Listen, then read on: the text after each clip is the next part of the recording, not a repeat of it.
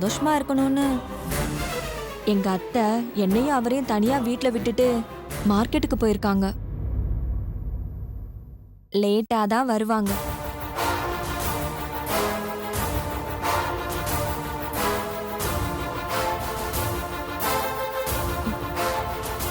ஐயோ, அப்படி பார்க்காதம்மா, பயமா இருக்கு. கண்ணிலே எரிச்சிருவ போல இருக்கே. ஹேய், முதல்ல இங்கிருந்து கிளம்புடி. நடு வீட்டுல வந்து நின்னுக்கிட்டு புதுசா கல்யாணம் ஆனவங்க தனியா இருப்பாங்களேன்னு கொஞ்சமாவது புரிஞ்சுக்கிற அறிவு இருக்கா? இங்க பாரு, நான் யாருன்னு தெரியாம பேசிட்டு இருக்கேன். எல்லாம் எங்களுக்கு தெரியும். நீ என்ன பெரிய அப்பாட்டக்கற? போடி வெளியில. வந்துட்டா.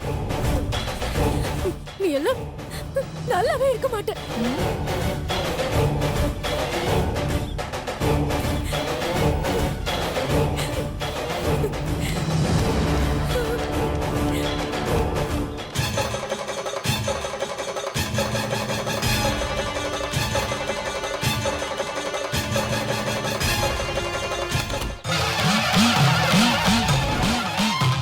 நான் போய் சொல்லல.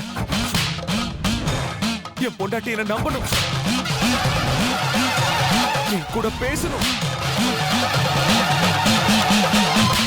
நான் போய் சொல்லல. என் பொண்டாட்டி என்ன நம்பணும், அவ என் கூட பேசணும். என் சீதா என்ன நம்பணும்.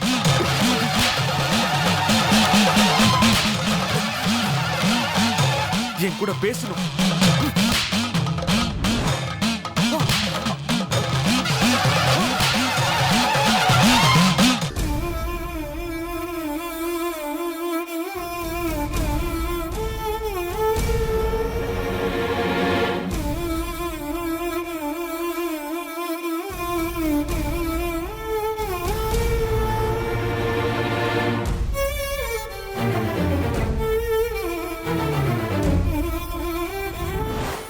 சீதா, நான் சொல்றத கொஞ்சம் தயவு செஞ்சு கேளு.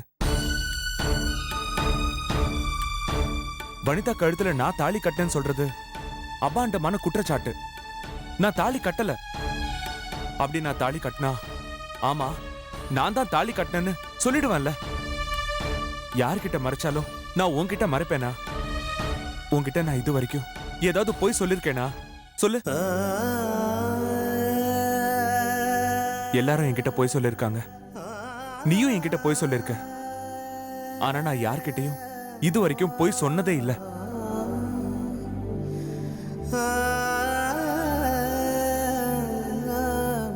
நான் தப்பு செஞ்சு என் பக்கம் குற்றம் இருந்தாலும் உண்மை எதுவோ அதை தான் நான் சொல்லுவேன்.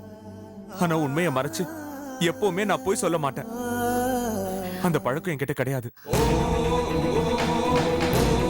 நான் தைரியமானவன், எதுக்கும் பயப்பட மாட்டேன். என் மனசாட்சிக்கு சரின்னு பட்டத நான் தைரியமா செய்வேன். ஆனா எது உண்மையோ அதை சொல்லிட்டு செய்வேன்.